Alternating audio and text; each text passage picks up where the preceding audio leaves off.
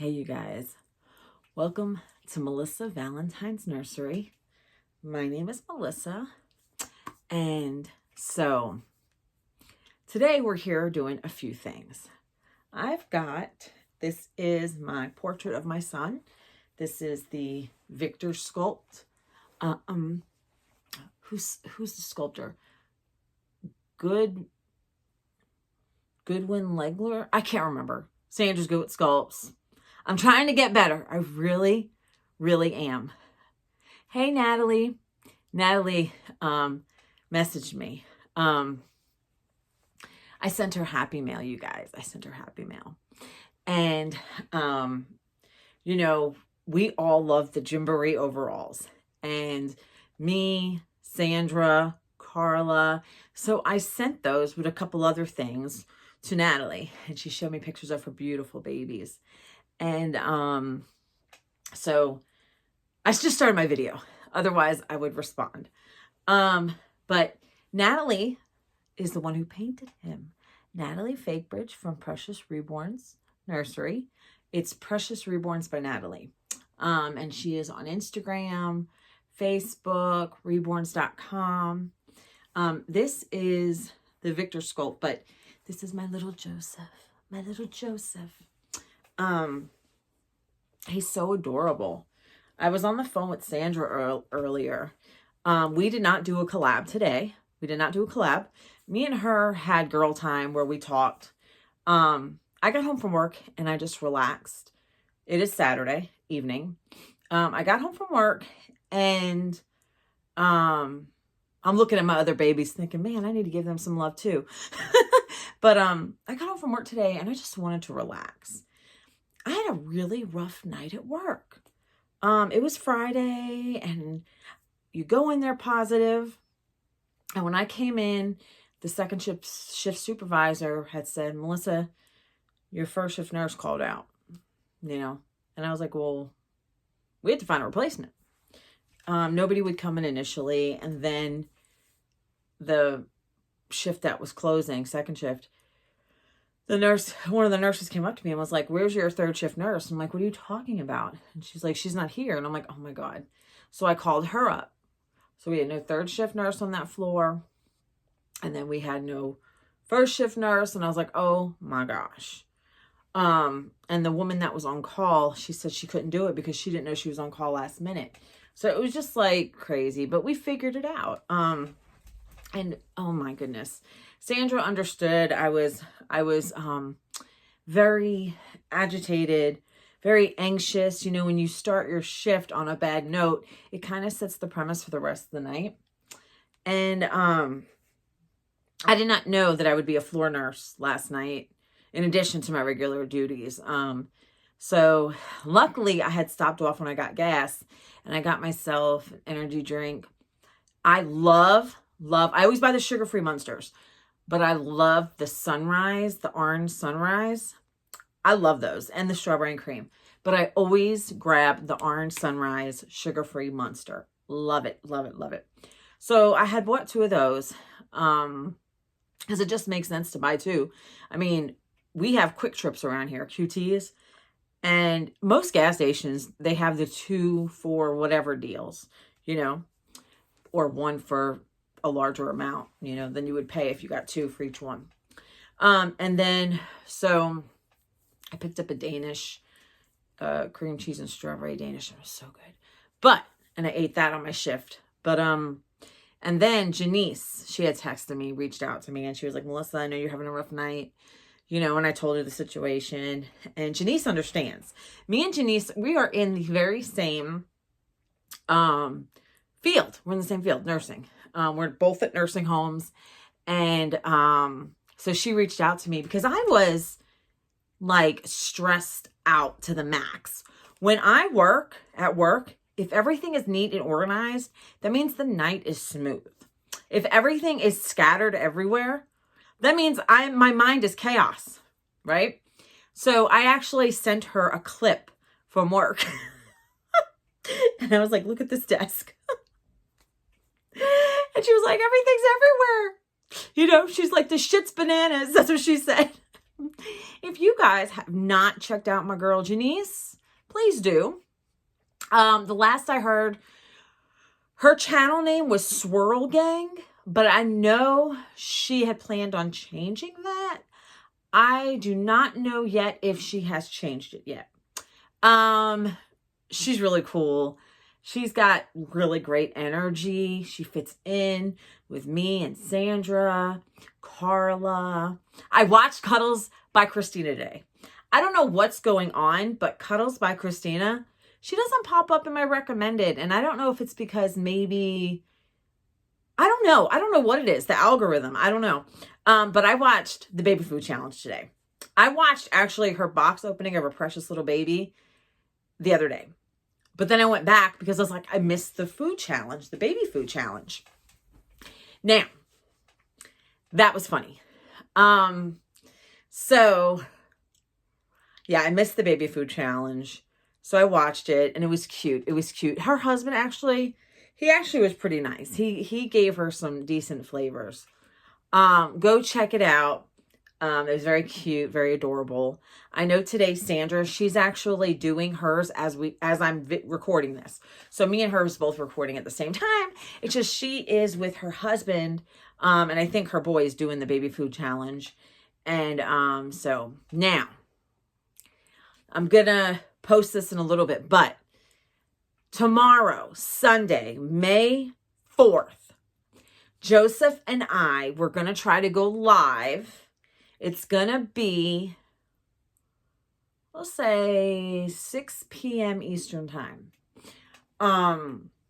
6 p.m. Eastern time. That sounds about right. Because we are going to do the baby food challenge live.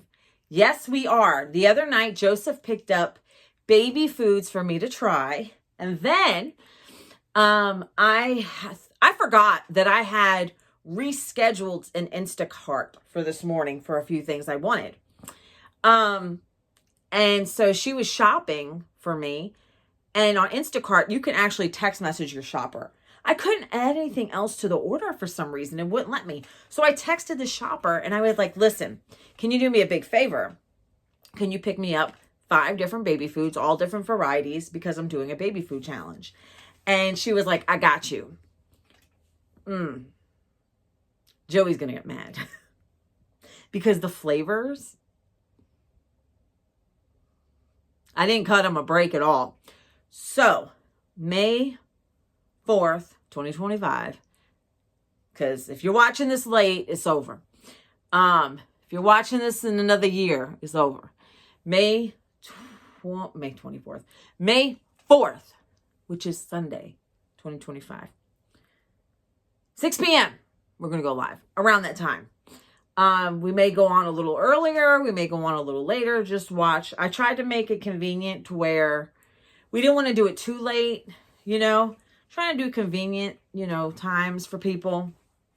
I didn't want to do it. I mean, I could have done it at 12, but then that's 9 o'clock, on the West Coast. And I didn't want to do all that for you guys. So 6 p.m. sound like a good thing for the East Coast. He's so adorable. You guys.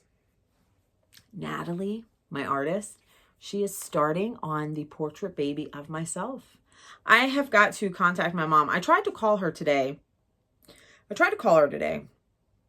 And she didn't answer.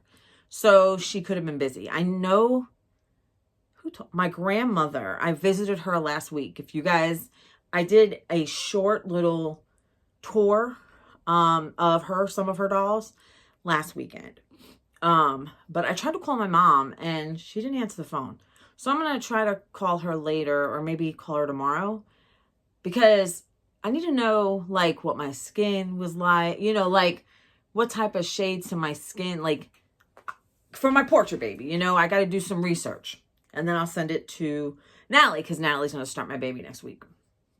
So that's really cool and exciting. I'm so thrilled. I'm excited. I am. Oh my God. So thrilled. And then in my previous video, I told you guys I had 6 friggin' babies. No, I got 7. I forgot about my Alyssa, my very first little bunka. I forgot about Melissa. You guys, my house is freezing. I set my temperature for my house to 70 degrees. 70. And for some reason, I am freezing. I was actually looking for a bathrobe in my closet. And I remember having two, a pink one and a white one. And I don't know where they are. I don't know if I threw them out, but I am literally freezing. So I put on this pink jacket, and I've got one of the baby blankets across my legs because it's too damn cold. Like, when I'm done with this video, I am going to get on the couch with a heavy blanket and just like exist and watch TV. I was actually watching this guy. I don't even know what YouTuber I was watching, but I love to watch like the survival shows, you know, because it gives me ideas for like camping or whatever. But some of them are really extreme. I was watching this guy. He was camping in Alaska in the Arctic. And you have to like dig out in all those feet of snow. You have to dig out like your little camp area. And it was so cool. I would never want to do that because it is too cold. If I did camping in the snow, I would need a hot tent. And they have like hot tents, usually they have a stove in it, like a wood burning stove inside the tent so you stay warm. Because I love camping. But, you know, so you guys, Sandra also claimed May to be May Memories with Mom. So let me tell you about my mom a little bit. My mom and my dad, right? They had their way about raising us. They raised us with basically an iron fist. My mom and dad were both disciplinarians with us. They had 4 kids in 6 years. And it wasn't beyond them to whoop some ass, okay? They literally, like, they were old-fashioned disciplinarians, you know? And me and Sandra touched on this a little bit today when me and her had our FaceTime video. We FaceTimed for, I don't even know how long. We FaceTimed, and then I played with Danny with the filters for FaceTime. Danny loved doing it. That was so much fun with Danny, little Danny. We had a great time. I have a great time. Sandra's family is just amazing. They're so much fun. But we were talking about, you know, modesty in the home. And I was telling her how, you know, my brother and my dad, when we were younger, they did not walk around the house with their shirt off. That was just something they did not do. We were very modest. We had to be, you know, in our pajamas, or we wore long nightgowns. And my brother was fully covered all the time. We did not, when we were little, we took baths together, but we were little. But as we got older, everybody was completely modest. You know, I remember being like 12 years old, something like that, 10 years old, I don't know, along those lines. And my aunt put lipstick on me at my grandma's house. My grandma lived 2 houses away, my mom's mom. And my aunt had got some like really light lipstick and put it on my lips. And my father had a conniption fit, and I had to remove it or get in trouble. And if I did something and we were in trouble, my mom, she would just hit you with her hand or, you know, a shoe or something, and you were getting it. And then when my dad got home, you got it again. So like that, we're not gonna say that was like the best memories, but I mean, my parents, they did a good job raising us. Like, I feel like they did, because I'll tell you why. Because I went to school. Now, you know, I've always had relationship issues. I can't keep a man for anything. And I think it's because I have a very dominant personality when it comes to relationships. I feel secure when I'm taking care of the bills, and I know that there's a roof over my head, and I feel like I can't rely on somebody else to do that for me. It's a security thing. But other than that, like, I got my master's degree to teach nursing. I have a bachelor's degree in nursing. I have an associate's degree in nursing. You know, I'm well-rounded. I can crochet. I can sew. You know, I can clean a house. I could do better, but I also work. You know, I like to garden. I have my animals. You know, like, you know, I'm, what do you call it? Skilled at a lot of things.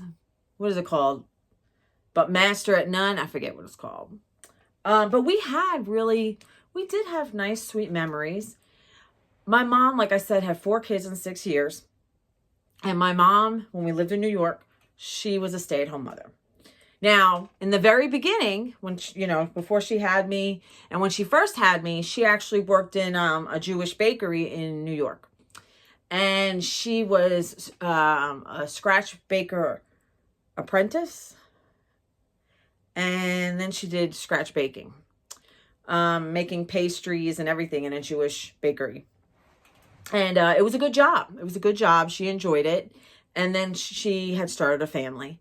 So, and that's where I come in. And then she had my sister, and I believe she was a stay-at-home mom then. And I remember in New York, my sister's 2 years younger than me. I was born in 1984, actually. 1984. In one of my videos, I said 1985. That was wrong. It was 84. I don't know what's wrong with me. Sometimes things come out of my mouth, and I don't know where it comes from. So my mom had bought, I don't know if it was Hooked on Phonics or whatever it was, but it was like these worksheets, and it has this clear thing over it, and you write with a marker, and then you can clean it off. But like you teach your kids like how to write their name 50 million times, or you know, what rhymes with this, and then they write it down, or match this, match, you know. So long before I was even in school, my mom had me doing these, and I remember writing my name, tracing my name. I remember, you know, she spent a lot of time with me. I was sitting at the table, and she was like, Missy, because, you know, in my family, I'm Missy. I remember she was basically getting me ready for school, and like as far as knowledge, like she was, you know. And then I played with my sister a lot, and we went to my mom's parents. My mom's parents lived 2 houses away, and we always played in their backyard. And my mother would have her youngest sister, my mom has 5 sisters, come over all the time. And I remember when my mom was hanging out with my Aunt Annie, and they would sit around the table, and we would be there. And also my mom and my aunt had a friend named Julie, and they would sit around the table, and they would do tarot cards, and they would talk about people, and sometimes, you know, they would play with us, you know, and we would sit, you know, be around them. So we seen that a lot. My mom also, every single morning before school, she would make us breakfast, whether it was French toast or egg in a hat or whatever. My mom made us breakfast religiously every morning. And then we went to school. Everything was structured. We went to school. We came home. We did homework. We cleaned the house. We got washed up, ate dinner, and went to bed. And it was very, very structured. On the weekends, we got to play. And there is a time where I was on here telling you guys about why sloths mean so much to me. So my mom had 4 kids. And so with 4 kids, it's hard to spend individual, undivided attention to one specific child at a time. So I had a school project. I think this was like 2nd grade. And my mother took me to the library. And at the time, we lived in Long Island. And we went to Nassau County, the library. And I had a project. I had picked sloths, and I basically did a report on sloths. And I remember my mom helping me, and we're looking at the books, and she's teaching me about the sloths, and we're learning about it for the project. And I love sloths to this day. And I think it's because, you know, that was the one time where I got undivided attention with my mom. Nobody was bothering me and her. And it was just me and her together, no other kids. And we were looking at sloths and learning about sloths. And then shortly after, we also did a project together about Mother Hale. Mother Hale, I don't even know. I tried to look her up on Google, but she was in an encyclopedia, because that's what we used back then, remember? So Mother Hale was in New York City, and she would take the babies in for mothers who were drug addicts, and she would keep those babies, and some of the mothers got rehabbed. And I remember doing a project on her. Laws have since changed since the late 80s.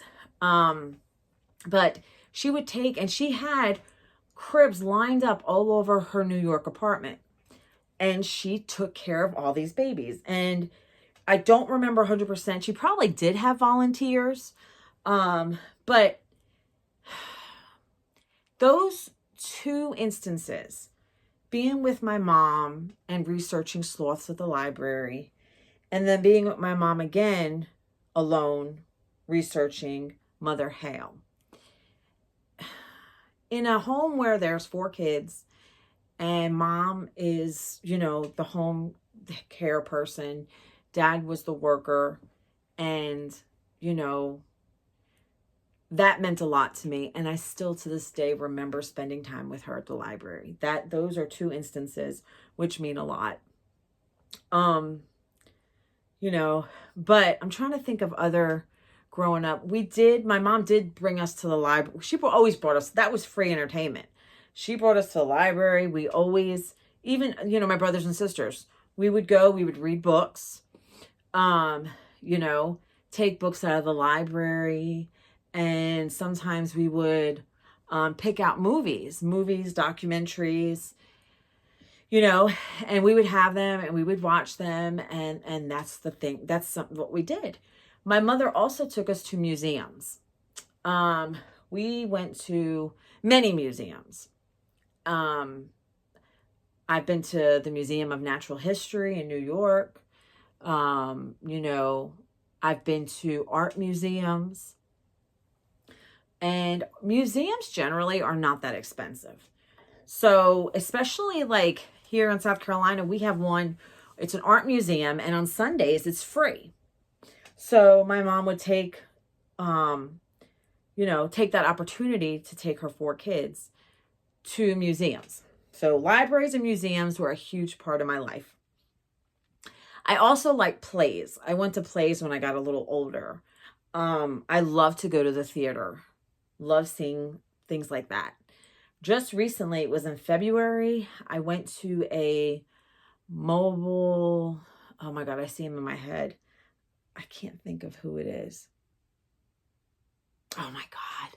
He's a famous author, and I can see his face. He died drunk in the streets in like the 30s or the 40s. He did The Raven, the poetry. Oh my God, why can't I think of his name? And he's so popular, and I even have some of his works. And I have, I can't think of his name. He did the poem The Raven. Oh my God. All right, it doesn't matter. But I went to a production about him just recently in February when I was dating Sam. And I was with Sam at the time. And we loved it. And they served booze and everything. And that was nice. Edgar Allan Poe. Edgar Allan Poe. But so I love theater. To this day, I would still go to the library if I had time, but I read like crazy now. Lately, I have not been reading very fast now. But I'm a sucker for books. I am a sucker for books. I was online and I picked up, The Wrong Witch, an edition that was signed by Annie Anderson, and it has all 3 of her trilogy, her books, in that one big book. And it's a beautiful edition. So, my childhood, I've carried that with me. I have books from, Victorian times. I have books from before Victorian times. I think it was, Georgian. They are kept in Ziplocs, very safe. I have first editions of certain authors, so I collect that as well. You know, that means a lot to me. My mom has inspired me, and you know, that's a lot of her in me. So, and then like I was expected to make really good grades in school. I remember one time I got in trouble because there was two papers and they were identical. I think they were tests or assignments, I can't remember. But one I did really good on and one supposedly was a fail. And my parents were pissed.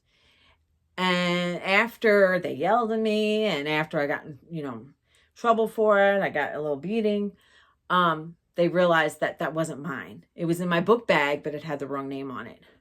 My parents were all about structure, discipline, but we also had moments where we had great times. You know, we played outside and, you know, my mom would let us go up to the candy store and we would buy candy with whatever little money we had. You know, my mom, we would walk everywhere. We walked to the park. We would take walks and walk to the park. We would go, back then, there was a park, Eisenhower Park, and they had horses back then. And we would go and, you know, be with the horses. And it was a very wholesome upbringing. You know, life wasn't always perfect, but it was the memories where I spent specific time with my mom that really rubbed off on me, because I've always been a bookworm. I'll always choose a documentary over a show. I mean, I just watched a man camp in the Arctic and teach you some stuff. I love to learn. We never finish learning in life, and that's a beautiful thing. So, and growing up, like, my mom was always going through our toys. You know, we didn't have an over excessive things. We had minimal. My parents didn't have a lot of money. Everything was modest. Christmas, we had beautiful Christmases. But everything was modestly done. And, you know, I don't know if that has anything to do with, you know, the reborn hobby or the fact that, you know, I tend to hoard a little bit. I hoard my books. I hoard activities. I like to color. I like to do Sudoku puzzles. You know, I collect tarot cards. I've been reading tarot cards since I grew up with them. I grew up with my mom sitting around a table. My mom did them on the weekends for money, to parties. She was a reader who actually had a little mini business. And my mom was also a cake decorator. That's how I learned to be a cake decorator. Before I was a nurse, I was a cake decorator. My mom she actually decorated cakes before we came to South Carolina. She did it in New York. I guess she did it in the bakeries or whatever, because when she came to South Carolina, she was a cake decorator again. And that was one of the jobs that she took on. And she taught me. So I guess there's a lot of my mom in me, come to think of it. She loves to read. She loves documentaries. You know, she can decorate cakes like I can. She can crochet like I can. She taught me how to crochet. I can do normal sewing. She can actually sew a dress, but like I can like fix things, you know, fix a hole in some socks or sew a button. You know, my mom taught me a lot of valuable things, how to cook things. My mom always made like homemade meatballs, homemade meatloaf, homemade chicken noodle soup, you know, potatoes from scratch. Like, you know, baking bread is easy, you guys. You know, a lot of people don't realize bread is the main ingredients, flour and water. That's your main ingredients. And then, you know, you add what you need, a little bit of salt and a little bit of, people don't realize, I don't know if a lot of the problems of today is because we don't have a lot of that homegrown type, raising, we don't have that like we used to. We actually grew up in the church. We were active participants, active members in the Catholic Church for a long time. Mom had us at church every Sunday. We went to the Sunday 7 a.m. service. We sat in the front pew so the priest could see us. As a teenager, I kind of like broke away from that. And in my late 20s, I actually joined a Baptist church. I liked it much better. I felt more at home there. And my ex-husband at the time, I started seeing him at some point. After I'd been going to this church for a few years, I was volunteering. I loved it. He did not. He was a very strict Southern Baptist Church of God, and they did things different in that church, where mine was more modernized. But even with going to church, I've always been a thinker, thinking for myself, thinking about what is being fed to us. And as a grown adult, right? What year was it? Maybe 2017. Yeah, it was right. Yeah, it was 2017, 2018. I pulled away from the church completely. I have my own religious beliefs. Well, I'm not too religious, but I have my own spiritual beliefs. And I think that goes like, my mom also pulled away from the Catholic Church. She didn't join no Baptist church or anything, but I was trying to find my way and see where I belong. And even though I loved that second being part of the Baptist church, it wasn't, even though I felt great there, I also still deep down inside didn't feel that everything was lining up with my heart, my heart space. There was some things that I was not feeling, it didn't resonate with me. So my mom, even though my parents were, make good grades, bring home good grades, blah, blah, blah, blah. Now they loosened up by the time my little sister was born. They loosened up big time. But I remember, having structure, waking up, having breakfast, going to school, coming home, doing homework, washing up, eating dinner. And you ate that dinner because there was nothing else later. Or you'd sit at that table. And we were in bed at 7:30 at night. Didn't matter if it was the summer or not. We were in bed at 7:30. And then when was it? Second grade, maybe? My second grade teacher had I don't know if it was like visit the school night or something. I can't remember. Talk to my parents, and she said, Melissa can go to bed a little later. She's in second grade or whatever it was. And they were like, okay. Well, every now and then they would let me stay up and I would do the secret. We called it the secret. And I had to wait till my brother and sisters were asleep before I can crawl out of my bunk bed and stay up with my parents for a little while. And they would have ice cream or pepperoni, cheese and crackers with pickles, or, it just depended, and then I would have to go to bed, but it was a very structured home environment. We had chores and we were cleaning, and my parents did a great job. Every one of their kids did something with their life. And to this day, every one of their kids is living in their own houses, and everybody's married except me. But that's not a bad thing, We all have our own vices. Everybody loves to read, my brothers and sisters. Everybody loves to read. They love to learn. And I feel like that was because of how we were raised. And we had to do good in school. My brother was a struggle. My brother was a struggle for my parents, but he made it. He graduated. And so, but we all have a career or took a trade. My sister, my youngest, she got her cosmetology license. Now, she realized it wasn't for her. She let it lapse. But now she's in medical billing.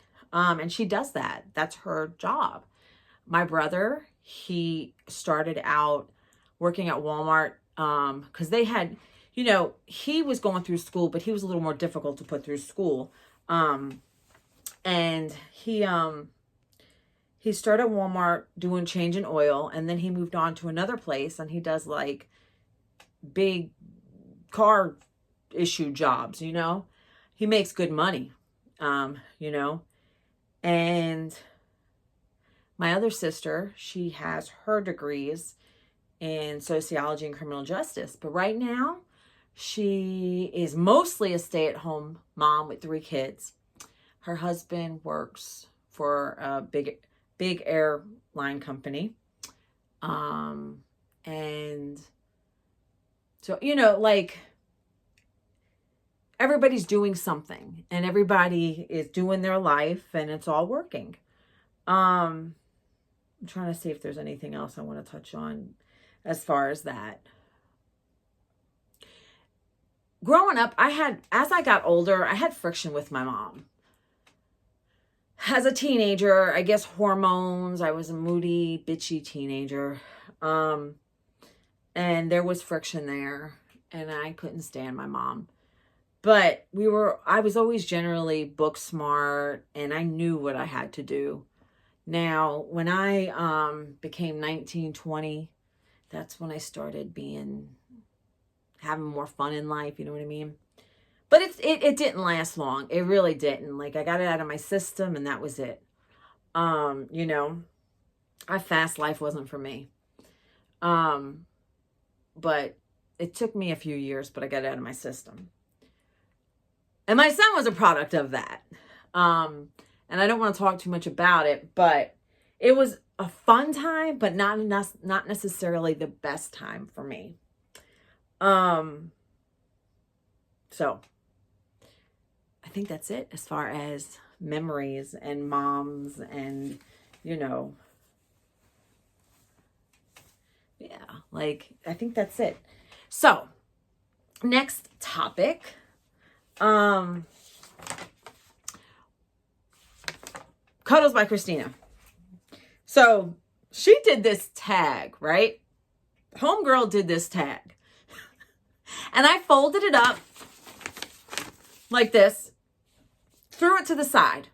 Well, Sandra was telling me something, and I went to pull it out. Well, I wanted to write on something, and I pulled this out, and I wrote on it. And I said, Sandra, this is a tag that I meant to do that I never got to. Cuddles by Christina did a childhood doll tag, and it's 7 questions. And if you want to participate, you can, if you have a channel. If not, don't worry about it. Or in the comments, if you want to, you know, participate, you could. Now, here's the thing, you guys, time is precious. I read every comment, but lately I am having trouble responding to everybody. Lately I've just been hearting and thumbs upping it. It's just really hard to respond to everybody individually like I used to do. It's getting harder and harder. I love every one of you, and thank you guys so much. But, you know, I do read the comments, okay? All right, ready? These are 7 questions. 1, what was your favorite childhood doll? Well, when I was younger, I collected dolls. My mom had made a doll, and she had crocheted like this pink outfit or whatever, pink dress. I still have it. It's in the closet somewhere. I collected porcelain dolls, and I had them on my dresser. Now, my favorite childhood doll,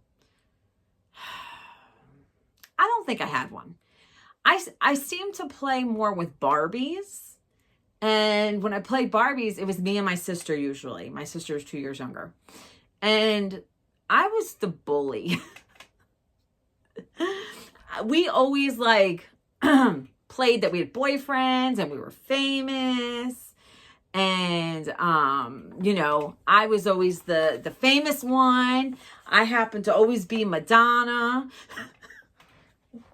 You know, like I would take on celebrity personalities when I did play Barbies, and my Barbies were always rich and you know, they were wealthy and they had men and, you know, so I didn't really have a favorite childhood doll. You know, I could turn any Barbie into, because I did more Barbies back then. My dolls were more like collecting and put on the dresser. Share a memory about a childhood doll. So I mentioned this in another video. I had an aunt who's close to my mom in New York. And she was my mom's youngest sister. And she would come over and play with us. And she always like squeezed the dolls' heads, you know.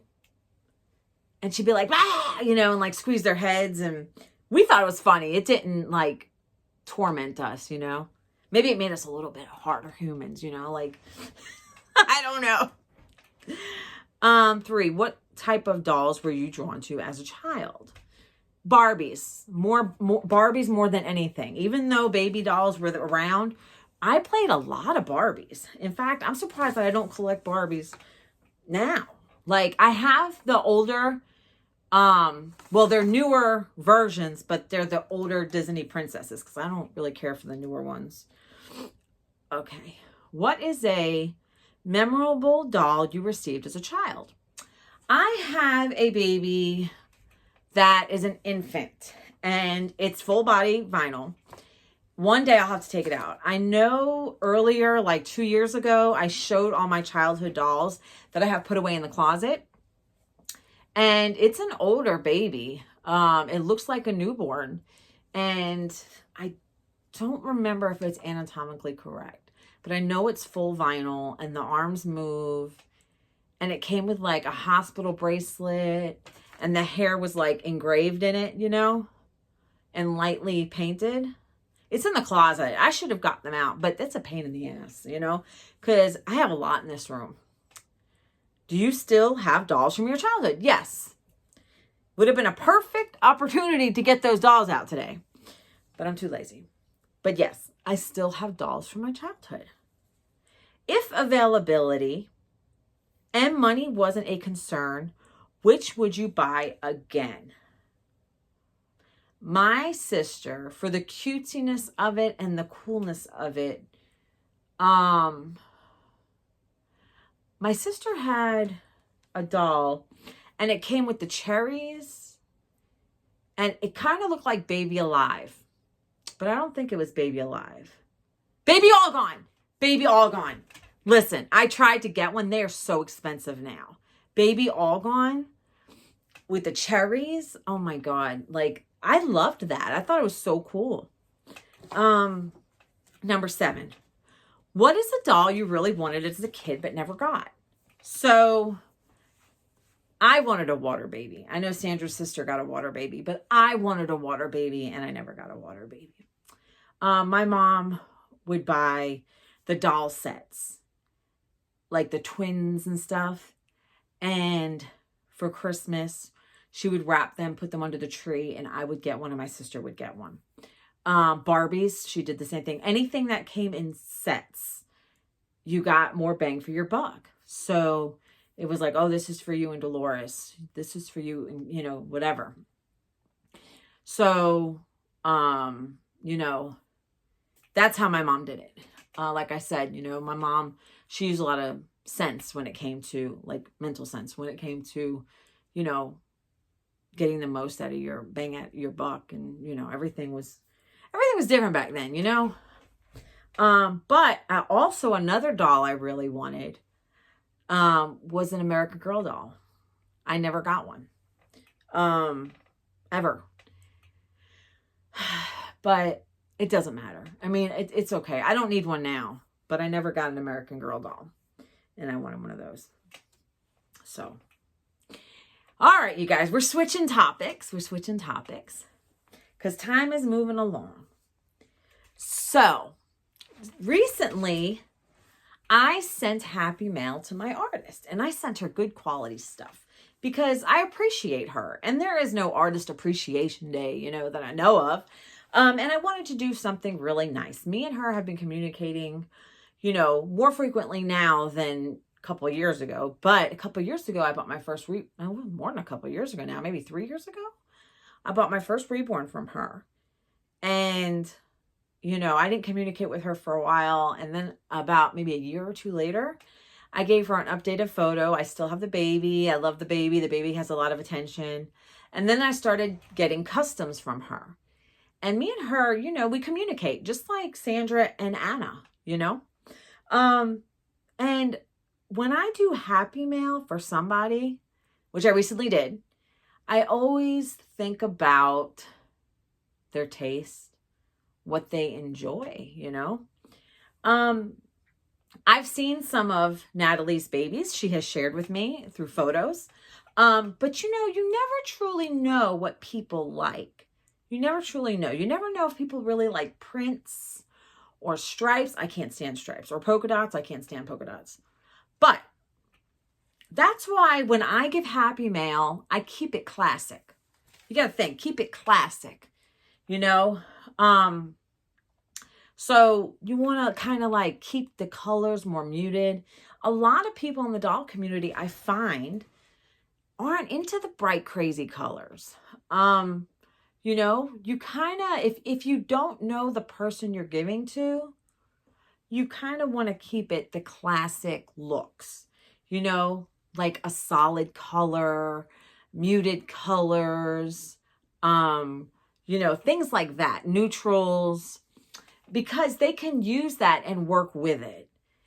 You know, if you don't know people's taste, you know, you wouldn't send planets on a sleeper, right? Because maybe they don't like astronomy, or maybe they just don't like graphics on their doll clothes, you know?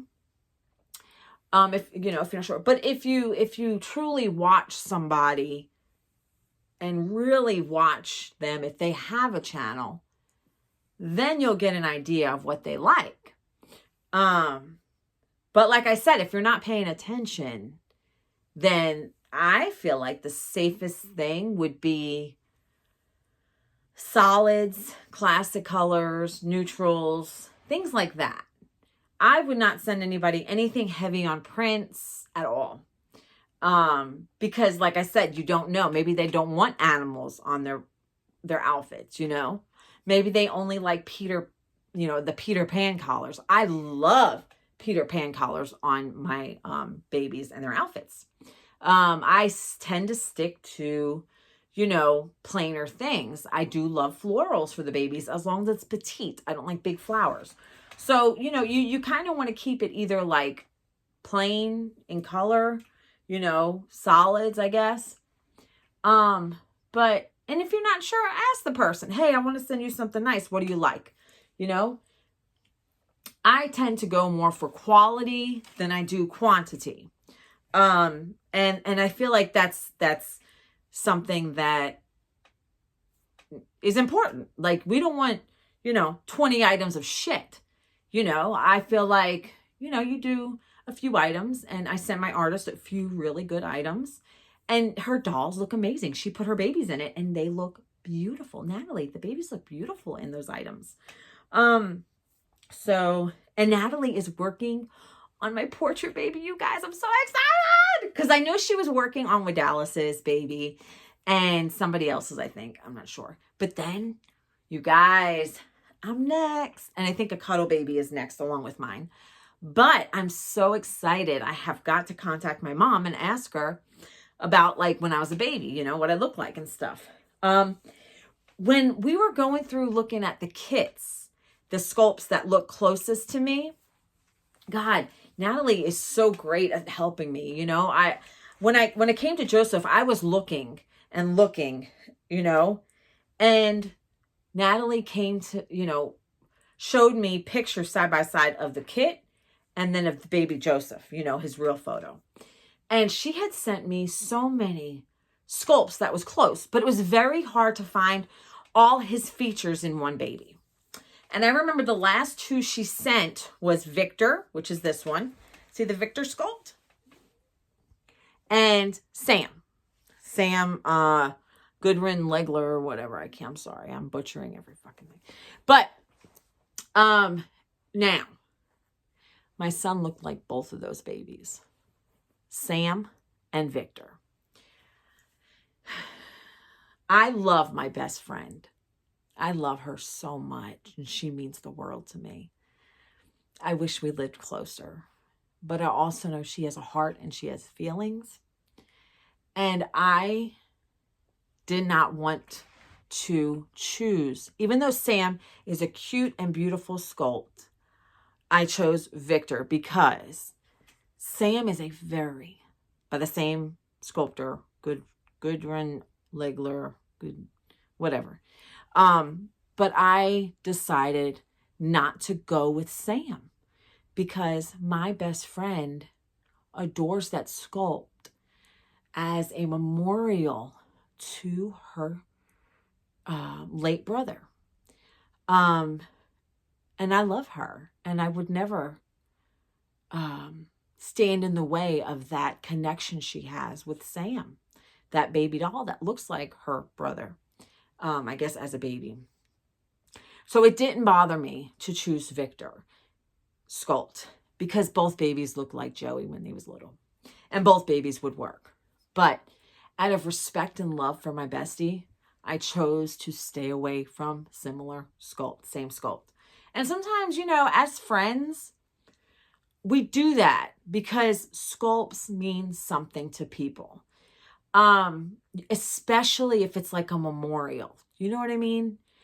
For me, portrait baby, I don't think it would make a big difference as a portrait baby for me. But when it comes to something that is memorial of somebody that I have lost, or a sculpt that just has a very emotional connection with, I would never interrupt that, Now, if you're watching somebody on YouTube and you don't have a channel and you don't even know that person from Boo, that's different, But if you have a close connection with somebody, I would never interrupt those strong, emotional, passionate feelings towards whatever's going on there, That's psych, that's mental, that's strong. Because for me, when I get emotionally, it can be frustrating, if somebody interrupts me emotionally, psychologically, if God forbid, if I had a memorial baby of somebody, I would be so upset if, a close friend of mine was like, hey, this is mine. Well, we're not going to use this one, but this is my baby of, blah, and I'm like, that's supposed to be my whoever who passed, in a way, them trying to, copy what I'm doing is insulting. And I'm only saying that because I don't know, ideas, because I was talking about my portrait baby and then Joey is a portrait baby and then choosing between Victor and Sam, and then it just, my ADHD, you guys, my ADHD. I love Sandra a lot, and I've met so many wonderful women in the doll community. Cuddles by Christina. Listen, you want a banana baby food? I love banana baby food. I buy banana baby food as a dessert. I haven't in a while, but banana baby food and rice pudding. Those are my two favorite, mush desserts. Besides ice cream, ice cream, of course. But that's so many wonderful, and Carla's crazy. She's silly. Love Carla. But there's been a lot of wonderful women that I have connected with in this hobby, and it's just beautiful. It's so beautiful. You know, the hobby brings me joy, and the people in it bring me joy just as much. You know, so, but I tried to get a video out, and I tried to do, you know, month of May mom memories. Month of May mom memories. And so, anyway, you guys, tomorrow, 6 p.m. live, be there. We're going to do our, I'm all over the place. We're going to do our baby food challenge. Me and Joseph. And poor Joey, I feel so bad for him.